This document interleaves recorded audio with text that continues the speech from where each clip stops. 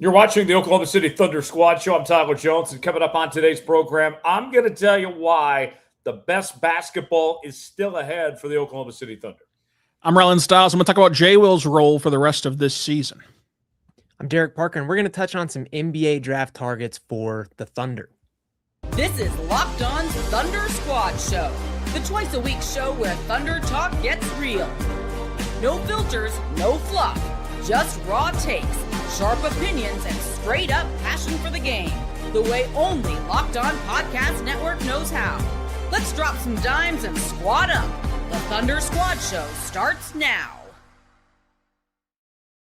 What's good? Welcome in, everybody, to another edition of the Oklahoma City Thunder Squad Show. Tyler Jones here with you. Happy to have you with us as we are joined by, as always, Rylan Stiles. In for Jeremy Lamb today is Derek Parker of the SI Oklahoma City Thunder site, where you can read him and Rylan and their fantastic Oklahoma City coverage. Check that out there once we're done. We got plenty to talk about today.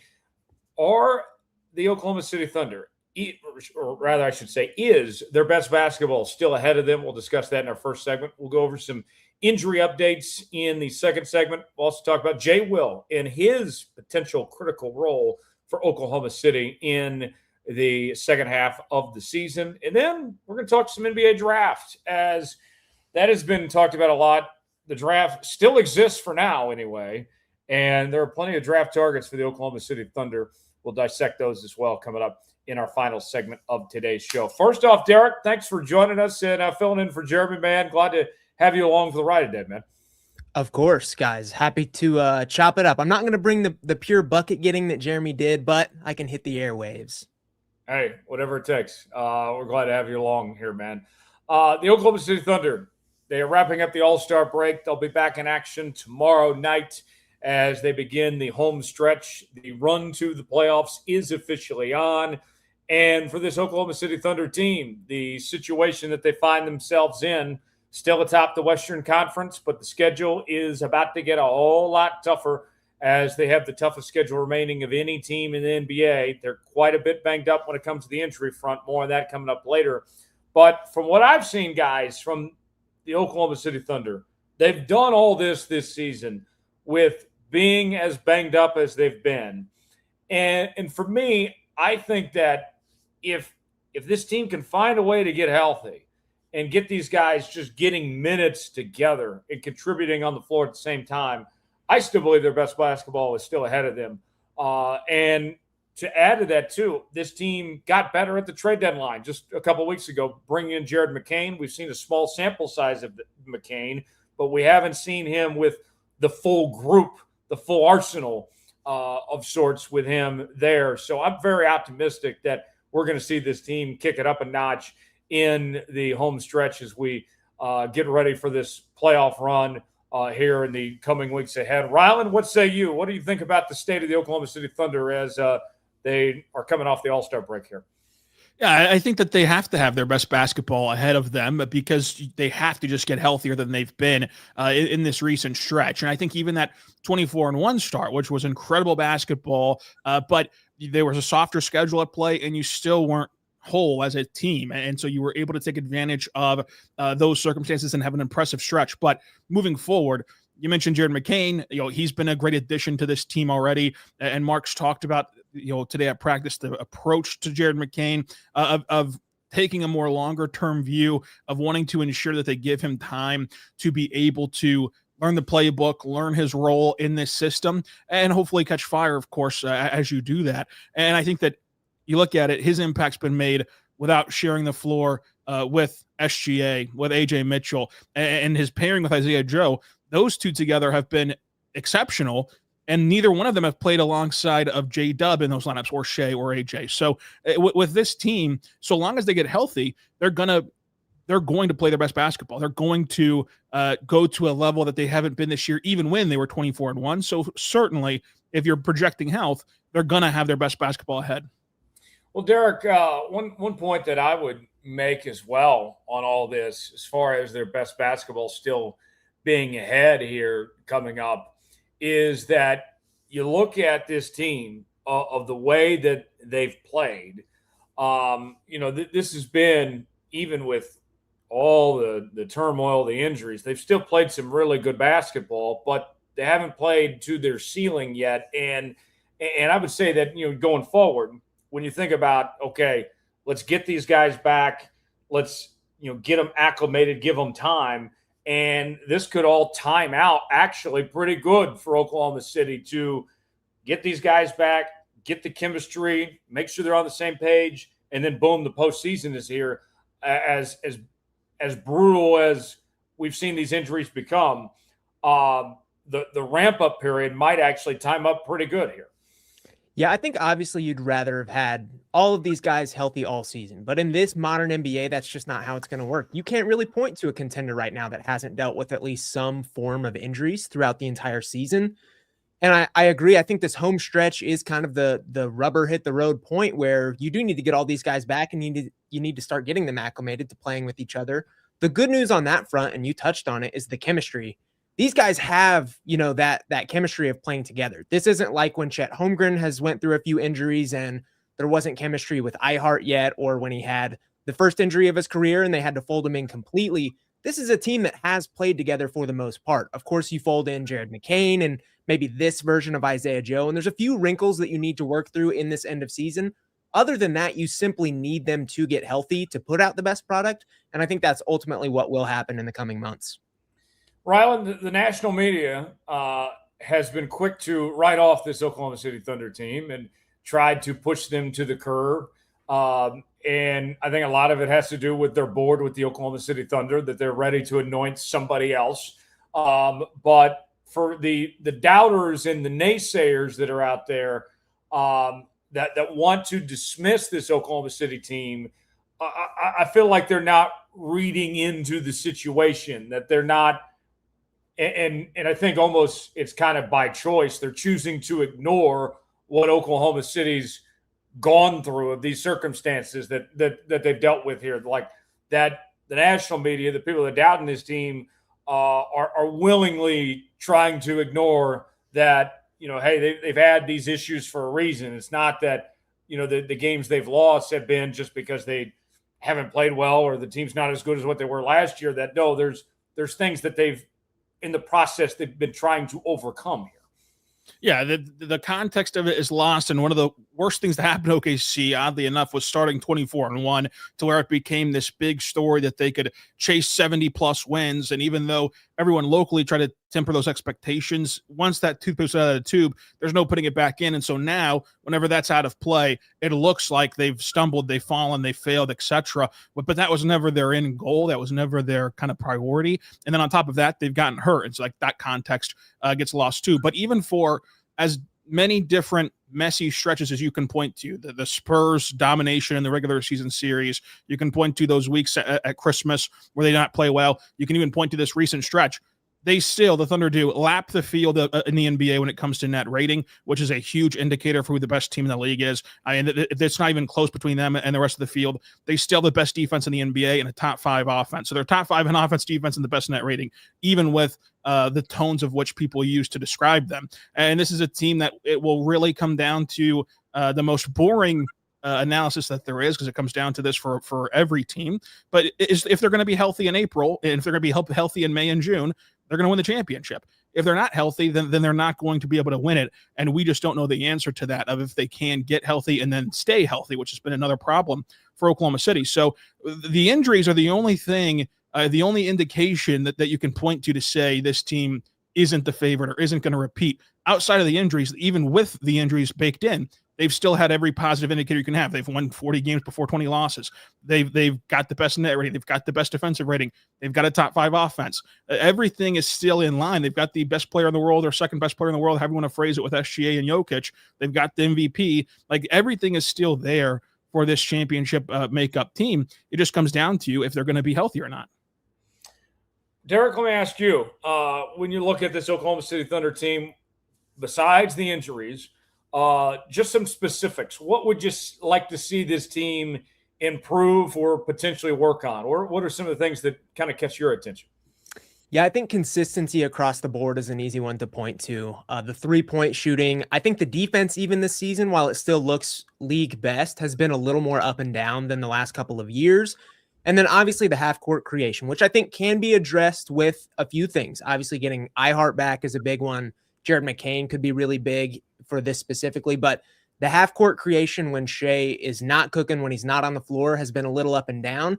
And I think you saw in last year's postseason run, this was a huge issue. Whenever they didn't have Shai and whenever things weren't well oiled, they struggled, and it led to a couple game sevens. It led to some losses that they probably shouldn't have seen. So I think that's the number one thing you have to work on right now is find some clean methods of offense aside from Shai. Rylan, how about you? What are some things that stand out that you'd like to see this team potentially do a little differently here? Yeah, to Derek's point, it's about the things that tripped them up last postseason and how we've seen at times it tripped them up already this regular season, of their inconsistencies from beyond the arc, of their inconsistencies generating high-quality half-court offense against a defense that is engaged and capable of getting stops. When those things happen, then this whole thing looks different. I think that when you look at it, I want to see the next half of this season, the last quarter of this season, them really try to find an identity of who they're going to be outside of what their bread and butter is, which is their defense. That still remain. They're still the best defense. They're still elite on that end of the floor. But what are you going to turn to whenever things get rough offensively? And you're going to have a lot of measuring stick games where you play Denver 3 times, you play Detroit twice, you play Boston twice, you play a lot of contenders in this last quarter of the season, in which those games will feel like playoff games. They will not feel like sleepy regular season games. And in those matchups, what do you go to? How do you blend the rotation? And so finding your identity for what's going to get you out of jams, what you can go to counter teams will be a big one, because especially with Mark, if this team gets healthy out of this all-star break, like we all would hope for them, he's going to have a lot of tough decisions to make, because you can create some awesome lineups depending on what you think that you need that night. And with that comes the ability to purposefully try new things and perhaps cause a misstep, but just because you want to see how it will go. You want to get that data of what these guys are capable of. So how often is he leaning into a unit that is like fully offense and offensive centric, just to see what you lose defensively? Even if you keep them out there and they're lacking defensively, you want to see how can you make up for that in other ways. What if you went all defense? Do you have enough offense? So them experimenting with your rotations, I think, will be the biggest thing, because it's an experiment in the sense of trying to figure out what will work in the postseason. And I think that you trust this Thunder team to, even if it might cost them a game on a Tuesday, it makes them better for a game in April. It makes them better for a game in May and June, to understand what they have at their disposal. And right now, I think that even for as deep and talented as roster has been for multiple years now, right now you have more optionality than ever before, which creates more hypothesis than ever before to go test out if you're Mark. Today's show is presented by 5 Hour Energy. Have your cake and drink it too. Birthday cake flavor is back. No fork needed. Vanilla-y cakey flavor, caffeinated kick, and no sugar. It's party time. Order now at 5hourenergy.com or Amazon. Check that out today.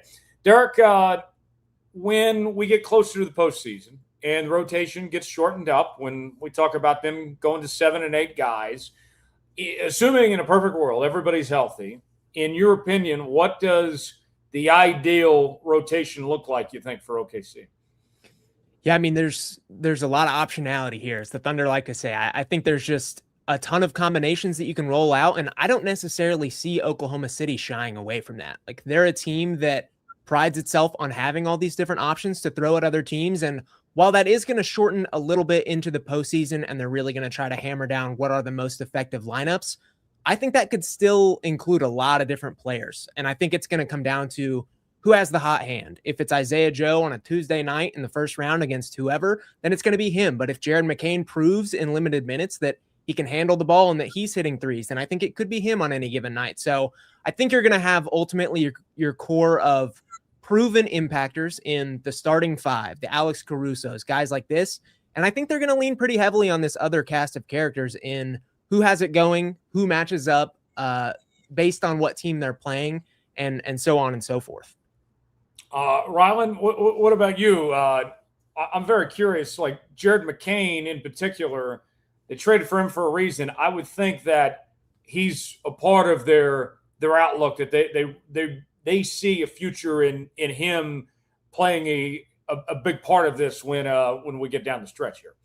Yeah, I think that Jared McCain will find a role for him, and I think that future is like the best word to use. I think that the role will be a lot more defined and a lot larger next season. But for the here and now, I mean, Mark talked glowingly today about him in practice of his compete level, defensively, and of the fact that he's walked into a team which has such a reputation, which has such great players, which has done such great things both prior to this year and even in this season. And he's been unafraid to shoot open shots and then make the right plays off of it. He's not sitting there, Mark said, and admiring this team. He's sitting there and being a part of this team. And that's tough to do, especially whenever you get traded shockingly at the trade deadline, whenever you never thought that you'd be leaving your old team and had to adjust to all those emotions and kind of get into form here. I think that what you're going to see from Jared McCain moving forward is something as large as one of the most important bench pieces in their playoff rotation because of his shooting gravity, because of the fact that this team is uniquely designed to maximize him defensively, where because they have so many guys like Kaysen, like Lou, like Caruso, like J-Dub, who can fight over screens and not allow you in a playoff setting to call him to the ball every single time. Because of that, you can keep him on the floor with the way that he competes defensively, and you could see him being as much as important as their best or most efficient bench player. And at least at the very worst case scenario, he'd be someone that you throw in for an 8-minute spark for a team that really can use offense at times, can really see their half-court offense labor at times. You throw him in there and see if he can change that up in many playoff series. So there is going to be a role for him. It's just a matter of which end of that spectrum is he going to fall on by the time the season ends. Yeah, we'll wait and see how that goes. More to come on the Oklahoma City Thunder Squad Show in a moment. Let's talk injuries, where things stack up for Oklahoma City after the All-Star break. Also, Jay Will, he could play a critical role for this Oklahoma City team. We'll explain more. We'll also talk draft targets as well. Thursday edition of the Oklahoma City Squad Show rolls on here on the Locked On Podcast Network. Stay with us. Have your cake and drink it too. Birthday cake flavor is back. No fork needed. Vanilla cake flavor, caffeinated kick, and no sugar. It's party time. Order now at 5hourenergy.com or Amazon to get your bottle of 5-Hour Energy today. Check that out now. 5-Hour Energy, proud partner of the Oklahoma City Thunder Squad Show. We continue here on the Oklahoma City Thunder Squad Show. Tyler Jones, Rylan Stiles, Derek Parker in for Jeremy Lamb today. Guys, let's talk injuries for Oklahoma City, and here's how things are stacking up. This was the last injury report we got before the All-Star break of where things were at that point. Shai, of course, with the abdominal injury, and the update we heard was he was going to be reevaluated after the All-Star break. Isaiah Hartenstein, he had some rest, but he'd come back after missing some games there for a while. You had an abdomen for AJ Mitchell.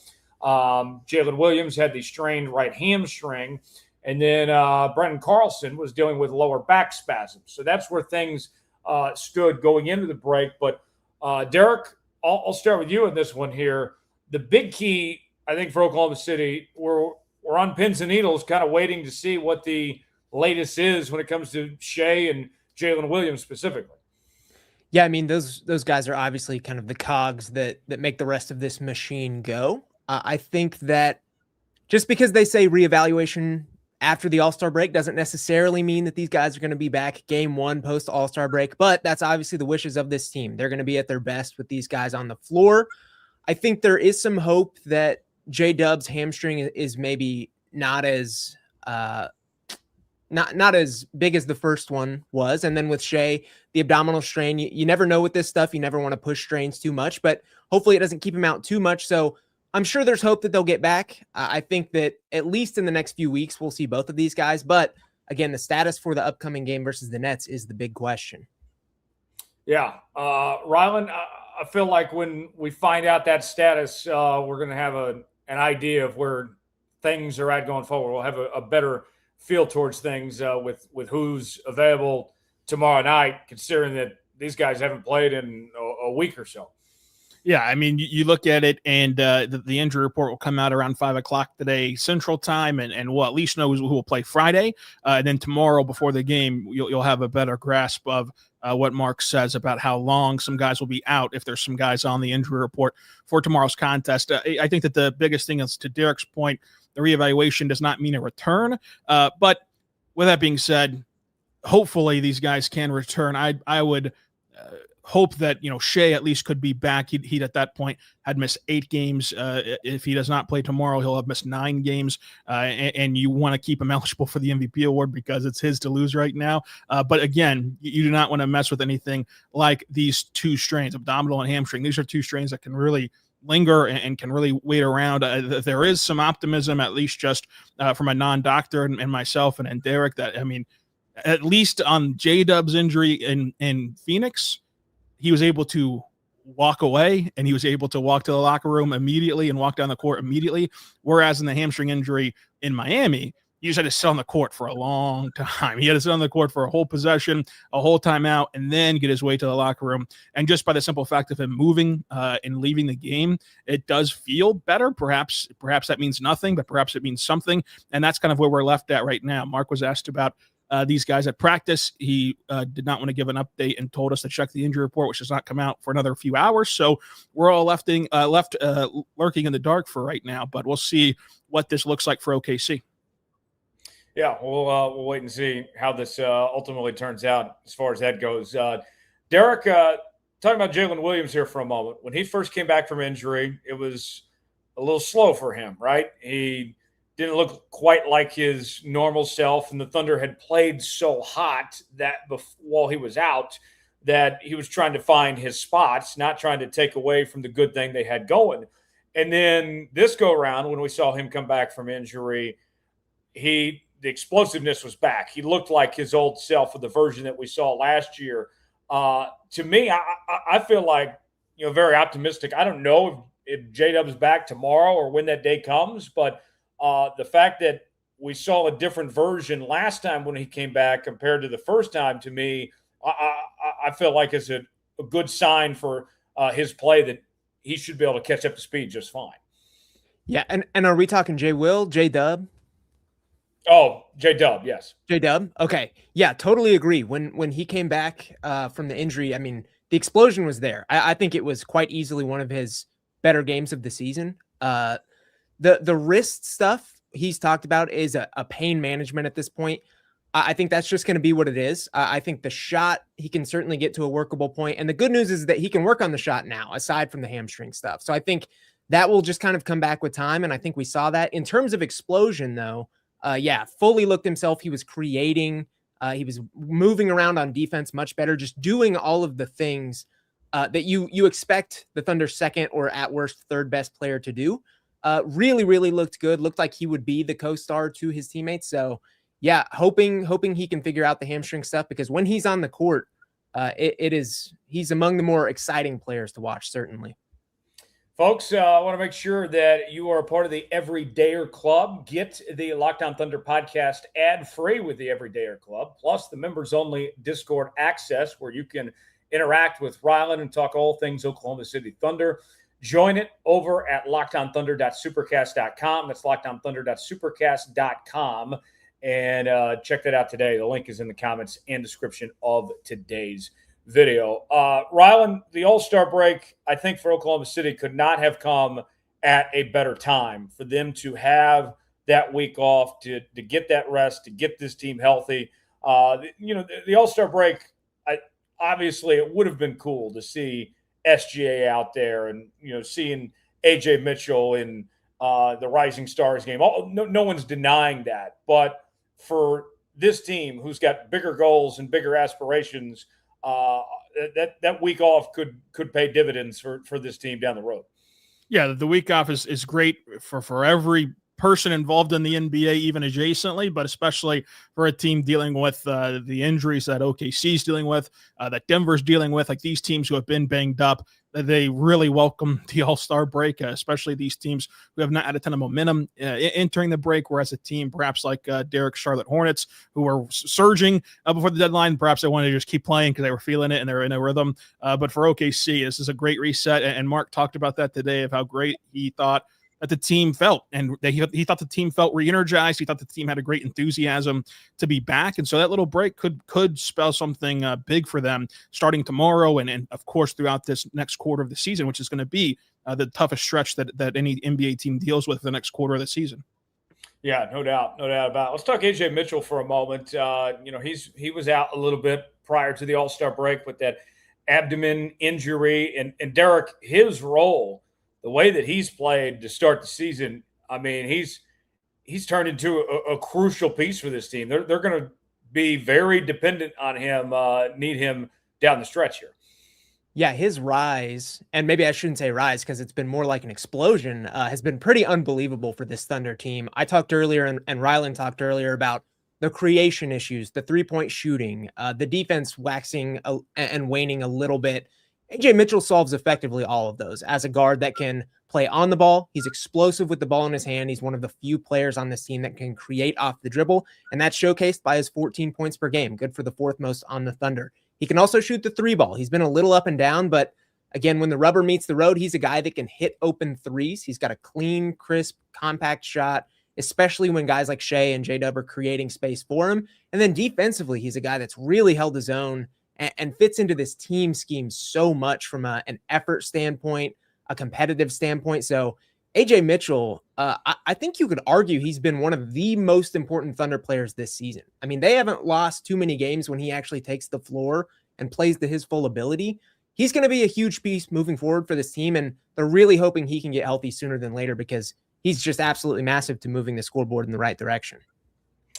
I'm looking at the comments, and people are saying Jeremy Lamb's on the injury report today. Maybe that's the case. Jeremy will be back with us on Tuesday. He's out today, but great to have Derek along for the ride here, filling in, doing a great job with us here on the Oklahoma City Thunder Squad Show. Rylan, your thoughts on AJ Mitchell here from what we've seen to this point. I've been so impressed with his game and what he's done, and leading that second unit. I mean, it's a tall task for anybody to step in when Shai's off the court and kind of keep this thing going. But AJ Mitchell's done really all that you could ask for somebody with that next group. Yeah, I mean, he's become one of the most important players on the roster, and that's really impressive for a second-year guy and a second-round pick who has not even played a full NBA season yet because of the injuries last year, the injuries this year. He's still waiting to cross that 82-game threshold, and when you look at what he's been able to do, like Derek said, the versatility offensively, where he can play finish around a Shai, around a J-Dub, but he can also initiate and put those guys in very beneficial spots. Even whenever he shares the floor with Shai, he can be the guy to bring the ball up and have Shai already get to that mid-range, get to the elbow, get to the baseline, and then throw that entry pass and let Shai be more comfortable in getting to his actions, that kind of conserving some energy that it takes to break down a defense whenever you can have a guy like AJ set him up, and then he can create a paint touch whenever he wants to. He can get to the rim whenever he wants to. He's their second best guy at drawing fouls besides Shai. Like, that's important too. Mark talked today at practice about how free throws are the most efficient play in basketball right now, and AJ is the second best guy at doing that. And so you look at it, and his defensive improvements have been massive. I mean, he's really overhauled his frame and his size this offseason, and you're seeing that with the amount of deflections he gets, with the amount of times that he is on the ball and he forces the opponent to give the ball up, and you cannot target him in one-on-one isolation because he's improved so much as a point of attack defender. He's done everything right so far, and they really need him to get back. Derek, I would think that, with all things considered, with the injury front and to where this team is playing, confidence is still got to be pretty high right now, I would think.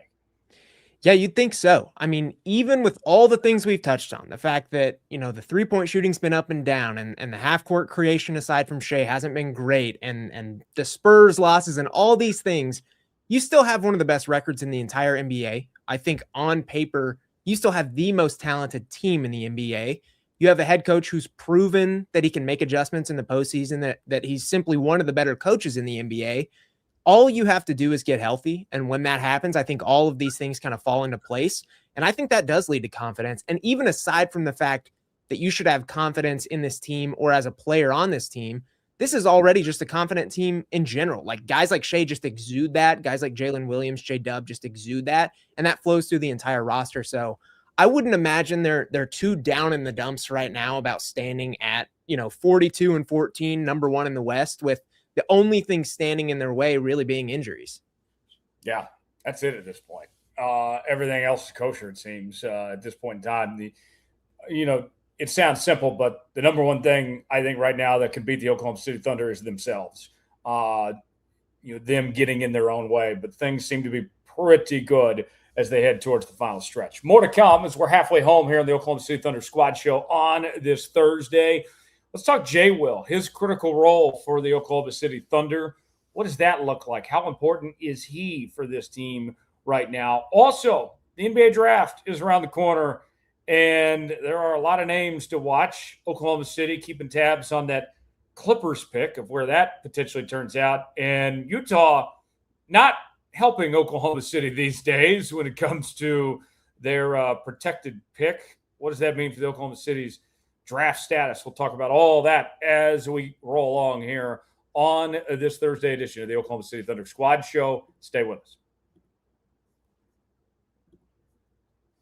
New year, new systems. This is the time when a lot of us look at the messier parts of how we run our businesses and think there has to be a better way. And there is. Streamlining your communications is one of the quickest upgrades you can make.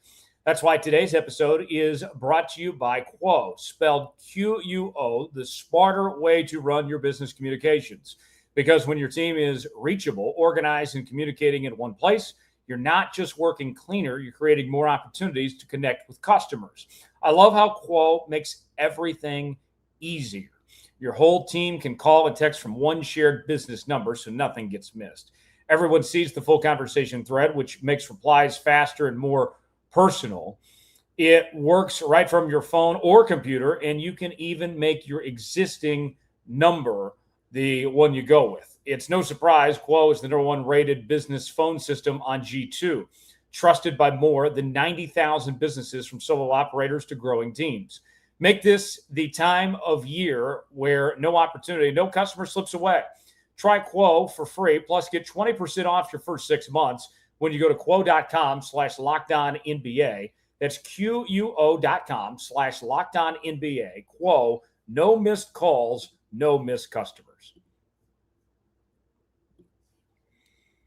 Welcome back. We continue here on the Oklahoma City Thunder Squad Show. Tyler Jones, Rylan Stiles, Derek Parker here with you. Appreciate y'all hanging out here with us on this Thursday. We're going to talk NBA draft targets coming up in a moment. But first, let's talk about Jay Will. And I got to tell you guys, I think that he is going to play a critical role for this Oklahoma City team down the stretch, if he hasn't already, quite frankly. And you look at his numbers, Derek, he is playing the best basketball we've seen in his career at this point, averaging a career high 6.3 points per game, close to 5 rebounds a game, close to 3 assists per game, 3-point percentage is hovering around 32% here. Field goal percentage is down a little bit, down to about 38% to be exact, but he's getting more minutes than he ever has before. And I would think that, Derek, that's probably going to continue, that he's going to keep on getting more opportunities here. Yeah, I talk about it all the time, but Jay Will is just such a Thunder success story in terms of development. This is a guy that came in not necessarily having the juice to really defend in the paint all the time. This is a guy that didn't take a high volume of threes, wasn't very athletic, and he has just successfully adapted at each of these things to the point where he's like you said, a critical role player on this team. I think that's showcased by the fact that when guys are out, he can go and get a triple-double and do all of the hub-esque stuff. I think that shows in the fact that he defended the best player in the world, or second best player in the world, and Nikola Jokic in last year's postseason. He's versatile. He can do so many things for this Thunder team. And earlier, when you touch on, the half-court creation, having a guy like Jay Will that can do the hub-esque stuff in DHOs and finding open cutters and shooters and move the ball and set screens and dive bomb the rim and just do all these different things. He's a versatile piece. And I agree. I think he'll be critical as the Thunder kind of navigate this injury-ridden stretch, and even into the postseason, where earlier, like I touched on, they're a team that's going to employ all these different pieces. He fits into that so much as a guy who can do so many different things. He is their highest volume 3-point shooter that is in the big rotation. He can get rebounds. He can do all the dirty work. Just a versatile player that I think they'll continue to lean on. Rylan, we were talking about earlier that the All-Star break for a lot of the guys with Oklahoma City could not have come soon enough to take that rest and get healthy. For Jay Will, he was playing some of the best basketball of his life prior to the All-Star break. He had that 24 night against San Antonio, followed that up with 6 points against Houston, back-to-back 11-point night games against the Lakers and the Suns, and then 7 points against Milwaukee. He's coming to his own. I mean, we've seen a different version of him before the All-Star break than we saw even earlier this season.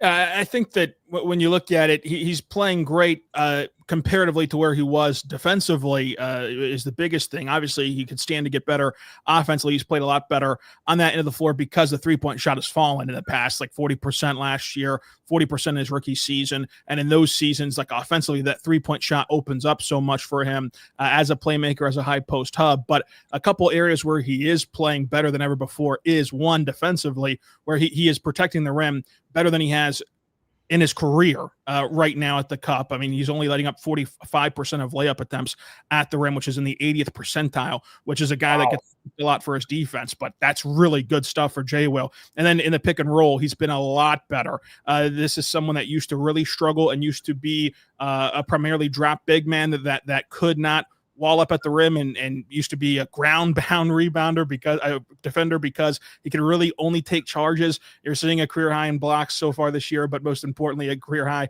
in shot deterrence. Like even if he doesn't get the block, he's forcing you to alter your shot at the rim and miss those layups and protect the paint on the defensive end of the floor. And whenever you do try to get him on an island, he's been awesome there as well. In the 98th percentile, which is obviously a very small sample size, people don't actually get him on an island a ton, but when it does happen, he's able to protect the team in that regard. So you look at it and he can switch on to ball handlers now and only let up 0.8 points per possession. The defensive stuff's been awesome. And then offensively, like the one area that is harder to quantify because you just look at his offense and say, well, he's shooting a career low 32% from three. It is on more attempts than ever before. But one thing that it doesn't account for is what he said in the preseason is coming true. What he said at media day was that he has shot the ball so well in the NBA, which he was not a shooter at all in college. To Derek's point, that this is someone that is a massive success story for the Thunder because no one in Arkansas would have ever believed you if you would have told them that he would have a career high 40% three-point shooting season and much less repeat it twice on pretty good volume, over 3 attempts last year on 40% shooting from three. But he mentioned how because of that newfound reputation, guys are going to start closing out to him harder, and that's why he slimmed down to put the ball on the deck and get to the basket, which he's done, and it's not only got him points, but it's gotten him a career-high 1.4 trips to the free throw line per game, where he's shooting 76% at the charity stripe, so it's generating free points for him, and then the rebounding has been really a nice boost for him as well, on top of drawing charges and on top of the facilitation factor from a big man. So Jay was playing really good basketball, and this is someone that gives them a lot of optionality of. You've seen them try to explore him with two bigs now more than they used to in the past, but he also can be someone who allows you to play Chet and Hartenstein in longer stretches together because you trust his defense now more than ever before. So if you do play Chet and Ihart together for these long stretches, then you feel confident in, okay, well, that means that you have to go to Jay Will and you have to play him as a lone big on the floor to make up for the minutes that you're expending with Chet and Ihart together, and you now feel confident that you can turn to him to do that. So to Rylan's point, kind of comparing just how things have evolved for Jay Will here, you look at the numbers comparing the months, January to February. All right. His minutes have gone up in February by about 3 minutes, about 3.5. Okay. So he's had a little bit more opportunity. But think about this. His field goal percentage in January was about 33%. For February, it's around 48%. His points per game was in January about 5.6. That's doubled at about 10.3. His rebounds have gone up from 4.8 to 5.7 here. This is a guy, Derek, that he's been given an opportunity and he's taking advantage of it.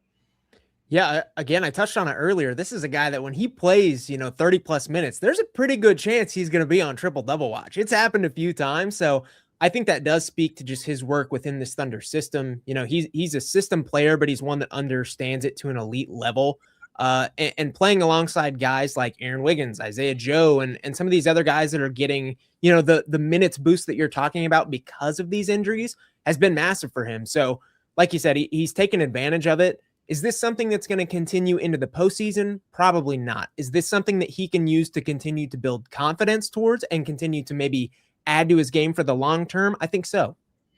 Yeah, I think you're absolutely right about that. And what I would say, Rylan, I would not have said this in years prior about Jay Will, but I can say this now, is he has turned into the type of player that every team in the NBA could use with what he brings to the table, coming off the bench, and the flexibility that he is now providing.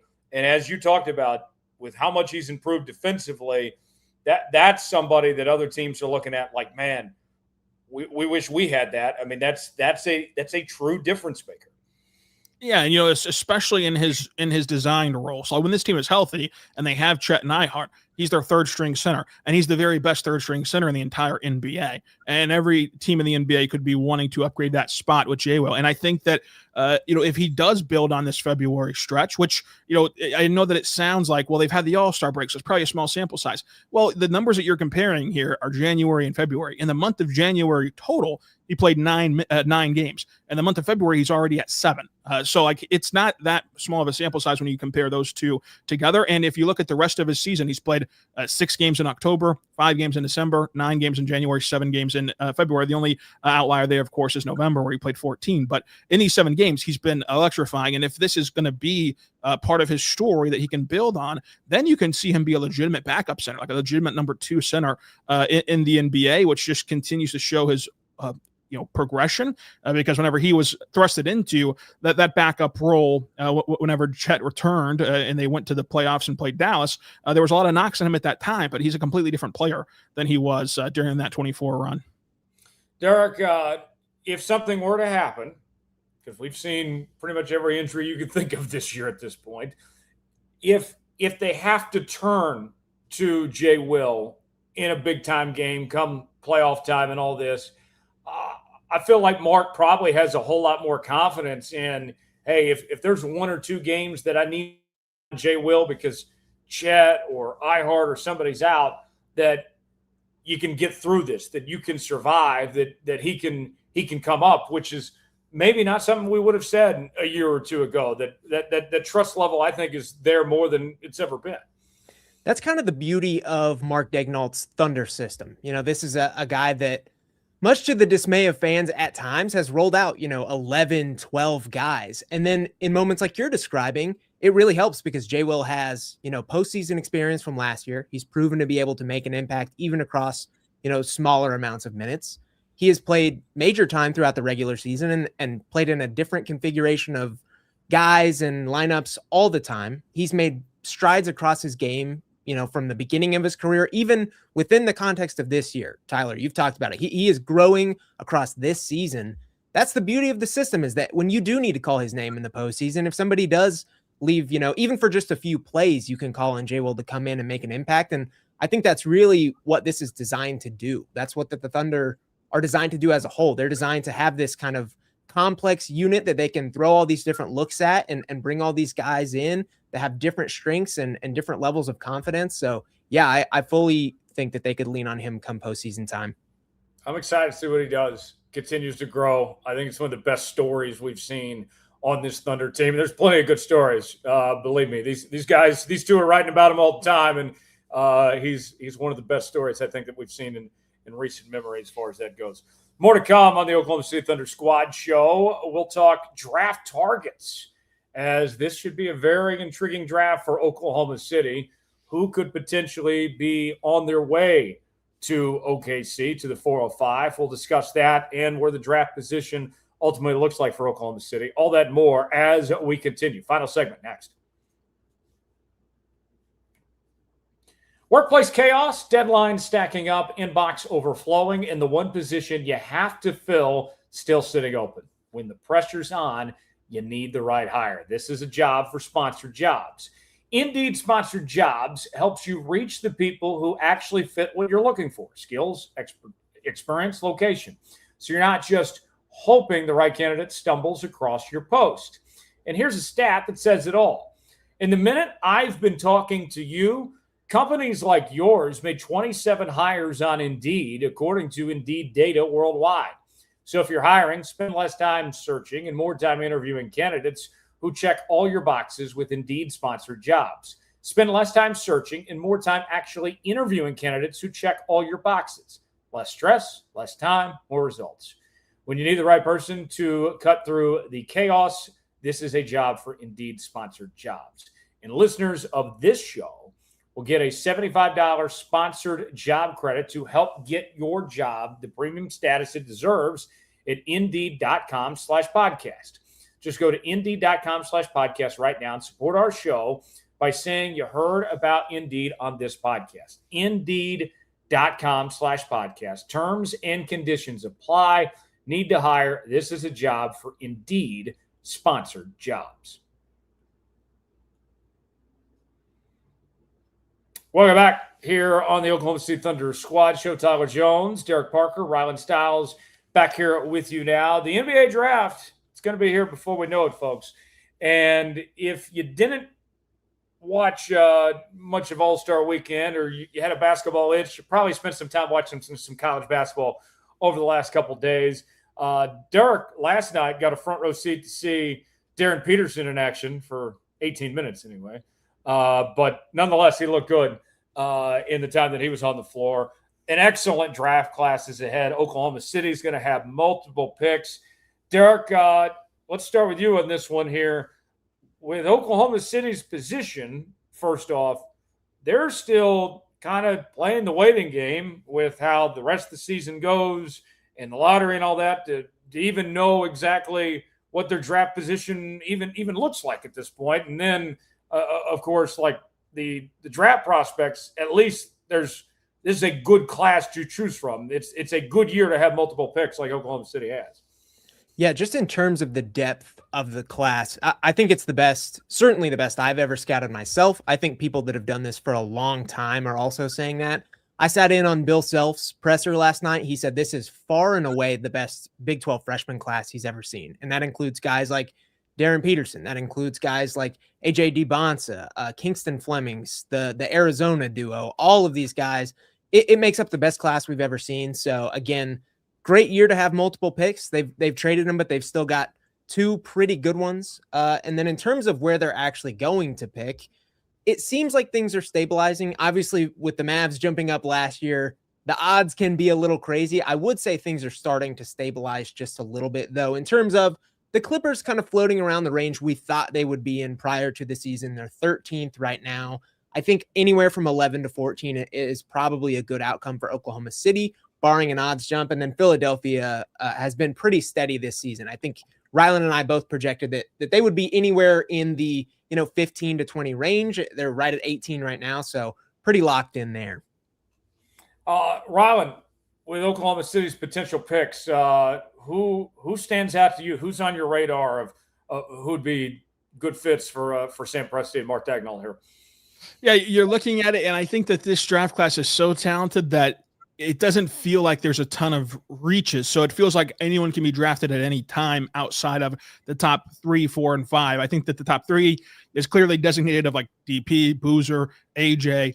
Number 4, I think, is solidified with with Caleb Wilson. And then number 5, I think, is Kingston Fleming. So past that, I think that you can really start to select anyone as you see fit. So if he's there, Derek knows this, and Derek also has a great video breakdown of this player on his YouTube channel, Derek-Parker, where he covers the NBA draft. Yaxel Linderberg from Michigan, he would be exactly what OKC needs as a big man. He's 6'9". He scores 18 points a night, over 9 rebounds a night, 4 assists. So he has that playmaking chops with his size. Almost 2 blocks a game and over a steal and a half per game at Michigan. He's a senior. He's an older player. He can come in and really inject some life into this team immediately, and you'd feel pretty confident in him playing immediately if you had the need to have him. But also, this team has taken some older guys in the draft, like J-Dub, like A.J. Mitchell, who, even though they were viewed upon as like older, and that oftentimes gets conflated with like they have no more upside, the Thunder have found plenty of upside in J-Dub and A.J. Mitchell. So I would trust them to develop some more upside into Yaxel. I think that he would be like my number 1 guy with that Clippers pick and should be somewhere around that range. Derek, how about you? Who comes to mind that you like for Oklahoma City's picks?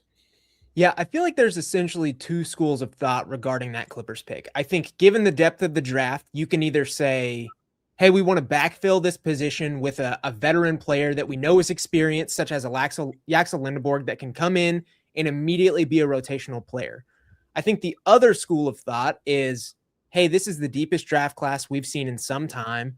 What if we did bet on a younger freshman that has genuine star upside? Maybe a guy that slips slightly through the cracks past, the bigger names, the Cam Boozers and the AJD Bonses. I agree. Yaxel, he would be that upperclassman, the Michigan two-way forward, just does absolutely everything on the court. I think the three ball stands to get a little better, which is basically the only thing he's doing right now that isn't up to NBA standards. On the flip side of that, I think a younger prospect I'm looking at is Arizona's Braden Burries. And I say younger, he's a little bit older for a true freshman. One of the older true freshmen I think I've ever scouted, actually. But in terms of do what? I like him a lot. Yeah, a combo guard. He can handle. He's shooting it pretty well. It's not elite. His defense just looks so thundery in the sense that so versatile. He can guard across so many different positions. He's a little bit Derek Whitey in terms of role. Like, he can just do so many different things. He doesn't shoot quite that well, but great passer, good decision maker, one of the best players as a true freshman on one of the best teams in the entire country. Arizona is going to contend for the national championship. So those are essentially two of the directions. And there's a lot more guys past that, but those are two guys I'm kind of looking at right now for Oklahoma City. I got to mention this. I've been messing with Tankathon the last 2 days, and I cannot get that Clippers pick off 13, no matter how many times I try. It stays on 13. So that just might be the end-all be-all. But Rylan, we've seen with Oklahoma City, and I would say even more so recently, because of how good this rotation and how deep it is, that they've kind of stashed some players. And some of it has had to do with injuries too, where they didn't necessarily need, they let these guys, rest and take their time and, because they were in a good spot and that they could afford to do that. Do you see any of these players that Oklahoma City could be looking at as guys that could jump in right away, or are these more players that you think are kind of stash and wait type guys? Yeah, because of the nature of who the coach is, like Mark is going to play 11, 12, 13 guys on a given night. So these guys are going to be able to get some run, even for as talented as this team is. And they might be defending champions again. They might be a team that went deep in the playoffs. They might be a team that lost in the second round. Regardless, they're going to still be a very good roster. But the thing is, you're looking at the decisions that this team has to make. I mean, you're talking about finding an extension for Cason Wallace. You're talking about the decision for iHeart, for Lou, Kenrich's team option. You have a lot of different changing parts with this roster this summer and decisions to make that you're not going to return 99% of the roster next year like you did this past offseason, where the only departure was Dylan Jones, who didn't play. Like, you're gonna have to, I think, shake up this roster a little bit this summertime. So that opens the door for some of these guys to get some run. And I think that this draft class is so talented that it does lead you to believe that this team, especially that Clippers pick, can get someone who legitimately can earn minutes as a rookie. And that's the thing about the Thunder system is AJ Mitchell was a second-round guy. He was a guy that the Thunder prioritized to get. They made a web of trades to go get him. They obviously valued him, but he was a second-round guy. And after an offseason in which you go and get Caruso, you go and get iHeart, you have this core nucleus. Opening night, the second rounders in the rotation. Opening night in Denver, in a massive showcase game. That's the kind of coach that you're dealing with here in OKC. So I think that with how talented this draft is, and we're talking about a draft that has three guys who individually, if they were not partnered up with the other two, they'd be a lock-in number one talent in another draft class. And so what that means is it pushes down the equivalent to a number two prospect, the equivalent to number 3, 4, 5, 6, 7 prospect in a traditional draft. It pushes those guys down a peg, and it makes that pick even more enticing with the Clippers at 13, who right now they are 6-4 in the last 10 games. But Darius Garland is not going to play in their upcoming game. We'll see what they end up electing to do with Darius Garland moving forward. I think that they should sit him not in the sense of from the Thunder bias perspective, although it would help the Thunder, but just from the sense of you're not going anywhere anyway this season, so you want to get him as healthy as possible for a guy who's dealt with plenty of toe surgeries, which pretty big deal. You need your toes in the NBA. And I think that with the Clippers, you could see them lose some games here. And for example, Charlotte's at 12 right now. Charlotte's 9-1 in the last 10 games. They're going to pass the Clippers. That moves them to 12. And you look at the rest of the East, like Atlanta, somebody's got to win the play-in tournament in the East. If they win it, they're out, and they're going to push back above LA. So it's going to be interesting to see where that pick nestles in at, but somewhere in this 11 to 13 range, they're still going to be a really good player. So by my count, including the Utah pick, the Thunder have 12 first-round picks between now and 2032. Derek, with how good this draft class is, I think there's kind of two thoughts in mind. Like, hey, you could hold serve and you're going to get a really good player without doing anything. Just stay where you're at. Or there's a thought of mind, hey, because this draft is so good, is this potentially the opportunity to package some picks and move up? What say you, Derek? Do you think Oklahoma City likely stays where they're at, or could we see them put some willing and dealing together to maybe move up for a player? Yeah, I think in terms of the latter, they're always going to be looking to do this. They're always going to be looking to get the most value out of every single move that they can. And if they get to a spot and it involves trading future picks that they think they're getting the best player in the draft, then they're going to go and do that. I think the more likely option is what they typically do, and that's sit back, evaluate, and grab the best available talent at the spot they're in. But to Rylan's point, AJ Mitchell was a guy that they identified in the second round.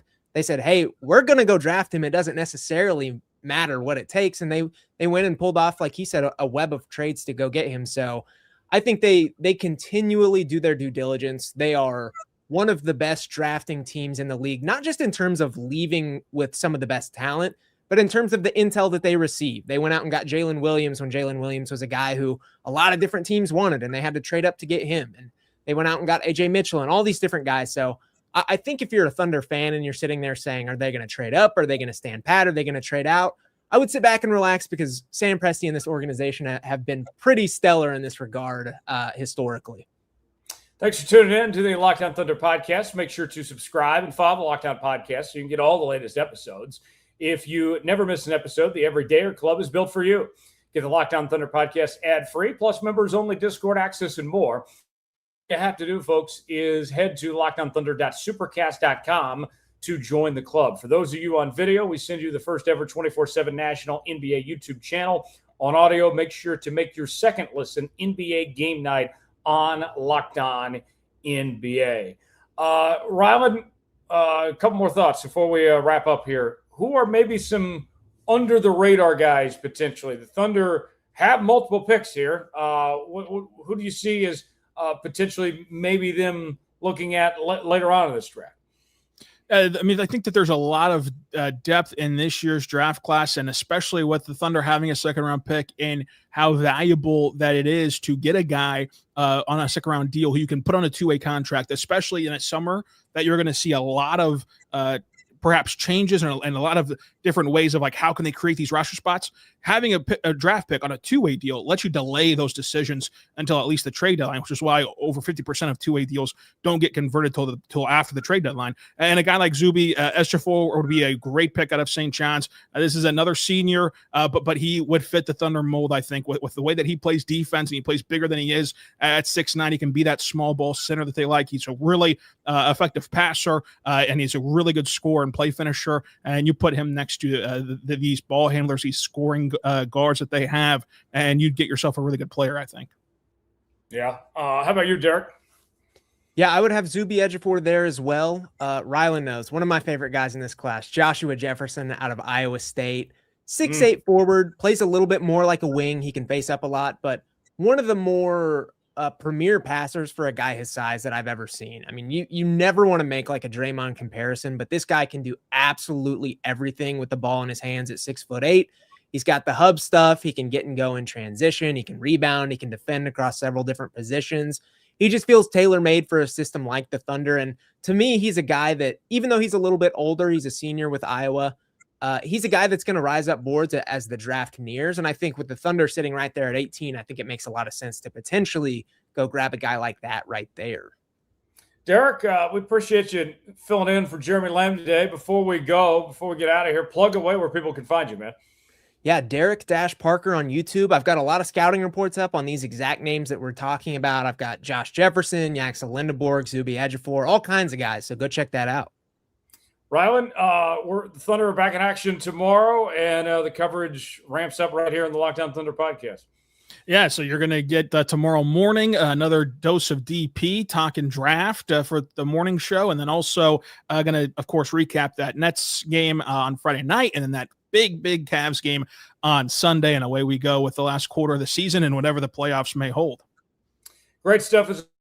Appreciate DP for filling in for Jeremy Lamb. He'll be back on Tuesday, and we'll see you at the same time, same place, 3:30 Central Time on Tuesday. Enjoy the rest of the weekend. Rylan's got you covered right here on the Lockdown Thunder podcast. For Derek Parker, Rylan Stiles, I'm Tyler Jones saying so long.